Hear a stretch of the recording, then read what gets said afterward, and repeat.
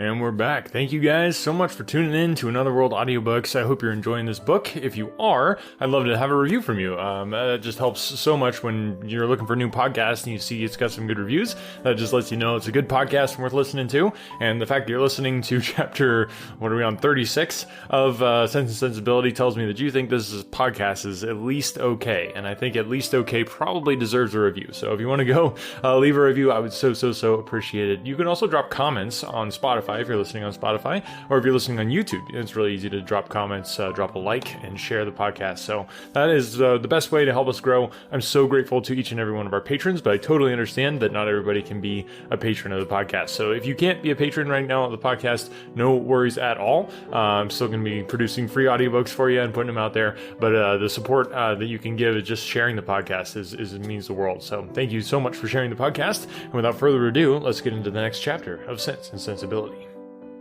Chapter 36. Within a few days after this meeting, the newspapers announced to the world that the lady of Thomas Palmer, Esquire, was safely delivered of a son and heir. A very interesting and satisfactory paragraph, at least to all those intimate connections who knew it before. This event, highly important to Mrs. Jennings' happiness, produced a temporary alteration in the disposal of her time, and influenced in a like degree the engagements of her young friends. For, as she wished to be as much as possible with Charlotte, she went thither every morning as soon as she was dressed, and did not return till late in the evening. And the Miss Dashwoods, at the particular request of the Middletons, spent the whole of every day in Conduit Street. For their own comfort, they would much rather have remained, at least all the morning, in Mrs. Jennings' house, but it was not a thing to be urged against the wishes of everybody. Their hours were therefore made over to Lady Middleton and the two Miss Steeles, by whom their company, in fact, was as little valued as it was professedly sought. They had too much sense to be desirable companions to the former, and by the latter they were considered with a jealous eye as intruding on their ground and sharing the kindness which they wanted to monopolize. Though nothing could be more polite than Lady Middleton's behaviour to Eleanor and Marianne, she did not really like them at all. Because they neither flattered herself nor her children, she could not believe them good-natured, and because they were fond of reading, she fancied them satirical, perhaps without exactly knowing what it was to be satirical. But that did not signify. It was censure in common use and easily given.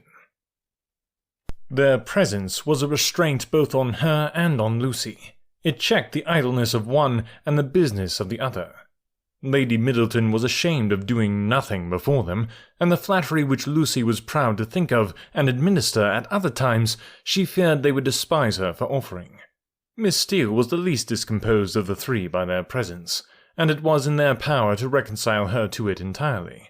Would either of them only have given her a full and minute account of the whole affair between Marianne and Mr. Willoughby, she would have thought herself amply rewarded for the sacrifice of the best place by the fire after dinner, which their arrival occasioned.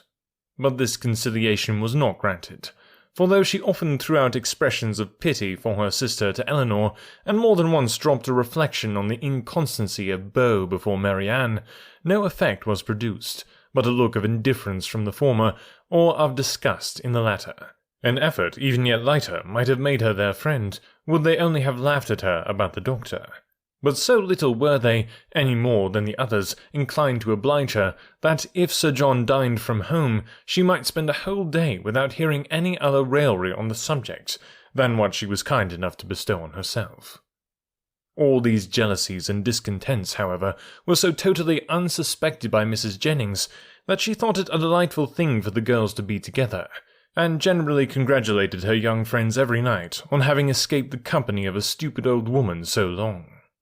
She joined them sometimes at Sir John's, sometimes at her own house, but wherever it was, she always came in excellent spirits, full of delight and importance, attributing Charlotte's well-doing to her own care, and ready to give so exact, so minute a detail of her situation as only Miss Steele had curiosity enough to desire. One thing did disturb her, and of that she made her daily complaint.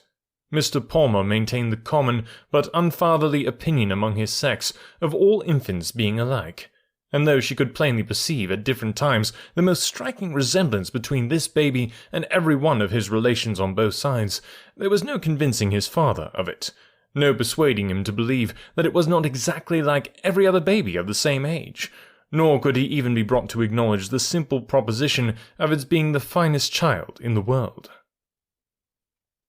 I come now to the relation of a misfortune, which about this time befell Mrs. John Dashwood.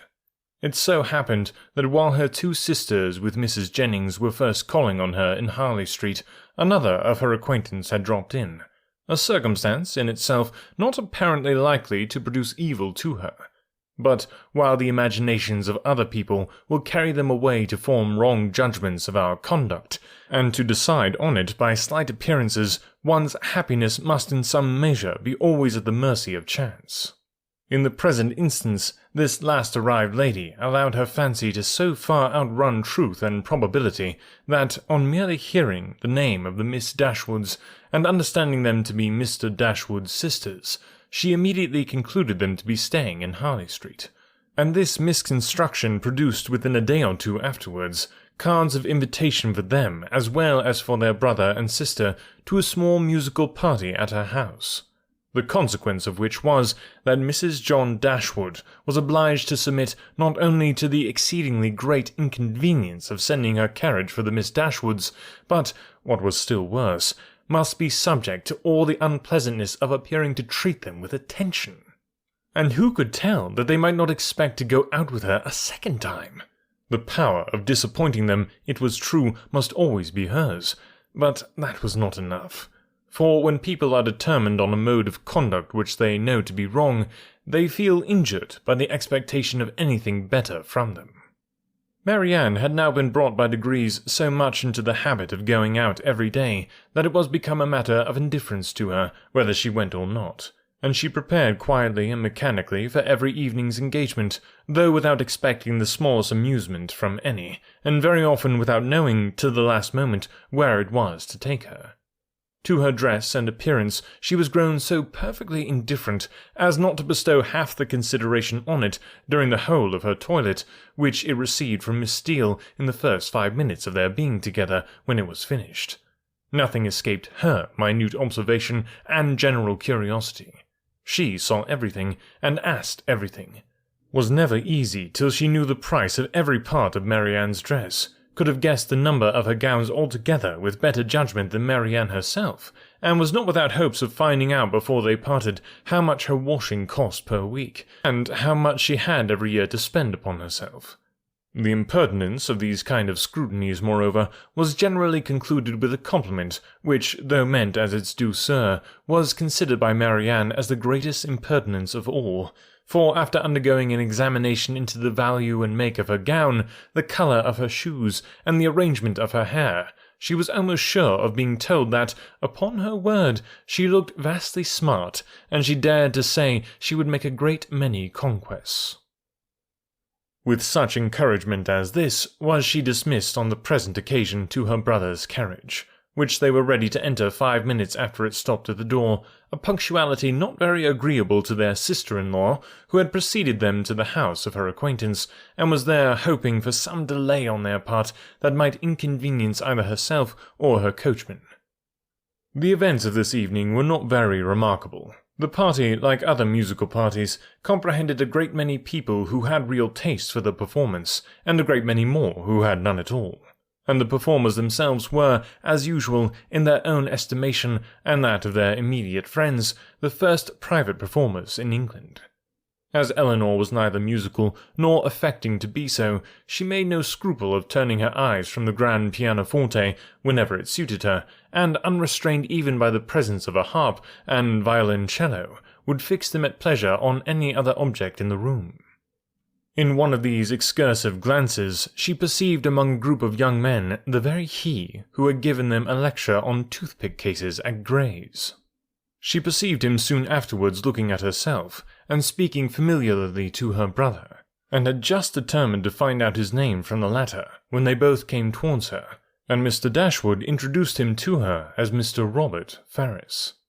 He addressed her with easy civility, and twisted his head into a bow which assured her as plainly as words could have done that he was exactly the coxcomb she had heard him described to be by Lucy. Happy had it been for her if her regard for Edward had depended less on his own merit than on the merit of his nearest relations, for then his brother's bow must have given the finishing stroke to what the ill humour of his mother and sister would have begun. But while she wondered at the difference of the two young men, she did not find that the emptiness and conceit of the one put her out of all charity with the modesty and worth of the other. Why they were different, Robert explained to her himself in the course of a quarter of an hour's conversation. For, talking of his brother, and lamenting the extreme gaucherie which he really believed kept him from mixing in proper society, he candidly and generously attributed it much less to any natural deficiency than to the misfortune of a private education, while he himself, though probably without any material superiority by nature, merely from the advantage of a public school, was as well fitted to mix in the world as any other man. "Upon my soul," he added, "I believe it is nothing more, and so often I tell my mother when she is grieving about it, 'My dear madame,' I always say to her, 'you must make yourself easy. The evil is now irremediable, and it has been entirely your own doing. Why would you be persuaded by my uncle Sir Robert against your own judgment to place Edward under private tuition at the most critical time of his life? If you had only sent him to Westminster as well as myself, instead of sending him to Mr. Pratt's, all this would have been prevented. This is the way in which I always consider the matter, and my mother is perfectly convinced of her error." Eleanor would not oppose his opinion, because, whatever might be her general estimation of the advantage of a public school, she could not think of Edward's abode in Mr. Pratt's family with any satisfaction.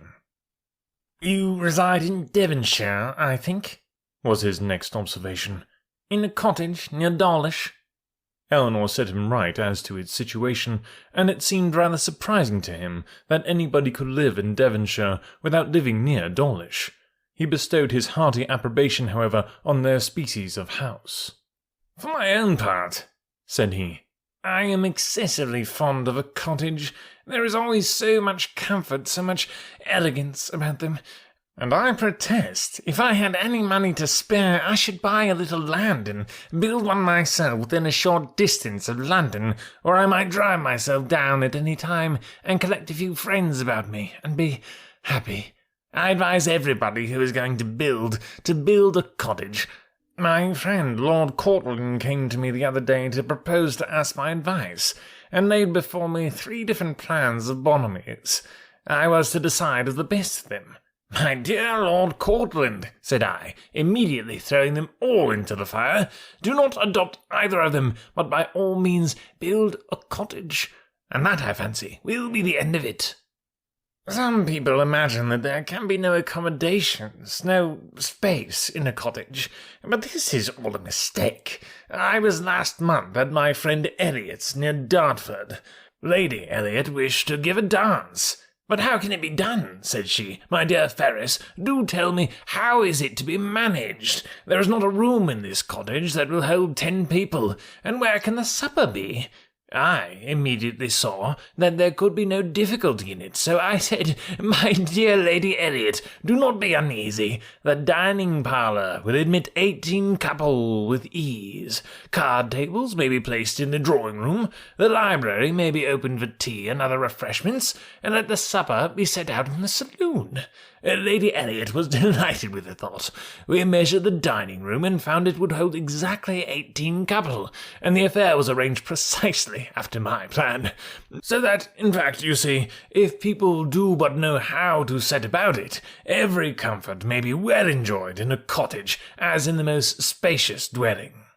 Eleanor agreed to it all, for she did not think he deserved the compliment of rational opposition. As John Dashwood had no more pleasure in music than his eldest sister, his mind was equally at liberty to fix on anything else, and a thought struck him during the evening which he communicated to his wife for her approbation when they got home. The consideration of Mrs. Dennison's mistake in supposing his sisters their guests had suggested the propriety of their being really invited to become such, while Mrs. Jennings's engagements kept her from home. The expense would be nothing, the inconvenience not more, and it was altogether an attention which the delicacy of his conscience pointed out to be requisite to his complete enfranchisement from his promise to his father. Fanny was startled at the proposal. "I do not see how it can be done," said she, "without affronting Lady Middleton, for they spend every day with her. Otherwise, I should be exceedingly glad to do it. You know I am always ready to pay them any attention in my power, as my taking them out this evening shows. But they are Lady Middleton's visitors. How can I ask them away from her?" Her husband, but with great humility, did not see the force of her objection. They had already spent a week in this manner in Conduit Street, and Lady Middleton could not be displeased at their giving the same number of days to such near relations.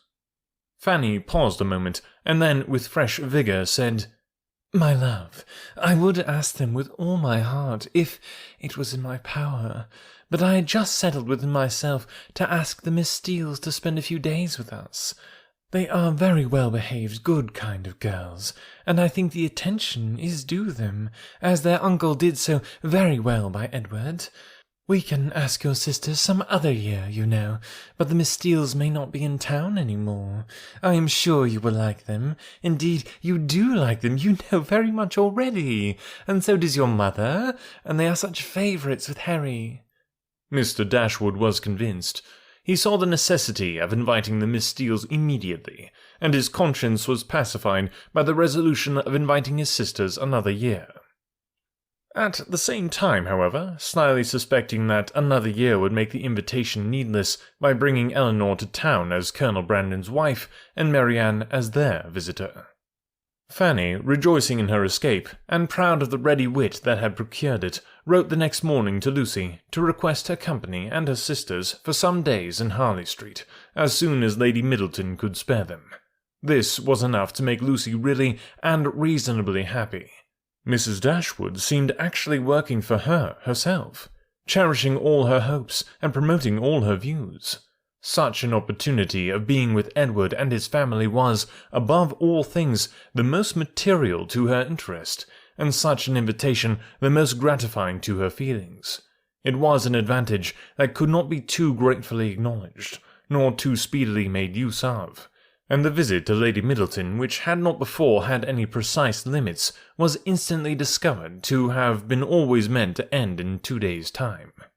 When the note was shown to Eleanor, as it was within 10 minutes after its arrival, it gave her, for the first time, some share in the expectations of Lucy. For such a mark of uncommon kindness, vouchsafed on so short an acquaintance, seemed to declare that the good-will towards her arose from something more than merely malice against herself, and might be brought by time and address to do everything that Lucy wished. Her flattery had already subdued the pride of Lady Middleton, and made an entry into the close heart of Mrs. John Dashwood, and these were effects that laid open the probability of greater. The Miss Steeles removed to Harley Street, and all that reached Eleanor of their influence there strengthened her expectation of the event. Sir John, who called on them more than once, brought home such accounts of the favour they were in as must be universally striking. Mrs. Dashwood had never been so much pleased with any young women in her life as she was with them, had given each of them a needle-book made by some emigrant, called Lucy by her Christian name, and did not know whether she should ever be able to part with them. End of the 2nd volume. Whoa, we've come to the end of the 3rd volume, which means we're coming into the final volume of the book. So, hope you guys have been enjoying it. Make sure to check out the backlist of the podcast if you haven't. We do have, I try to keep the playlists updated on YouTube. So if you go onto YouTube, you can look at all of our playlists on the channel, and each book is kind of chunked into a playlist. And we also have some full versions of the books on there as well, some of the ones we've done over the years. So go check that out, anotherworldaudiobooks.com, and you can just pull up the YouTube right from that link up at the top. Or if you want to become a patron while you're there, there's some awesome perks as well as a merchandise store where you can get some hoodies and some stickers and stuff like that to support the podcast and show off some merch from your favorite podcast. So thanks guys for listening and for sharing the show, and we will catch you next week.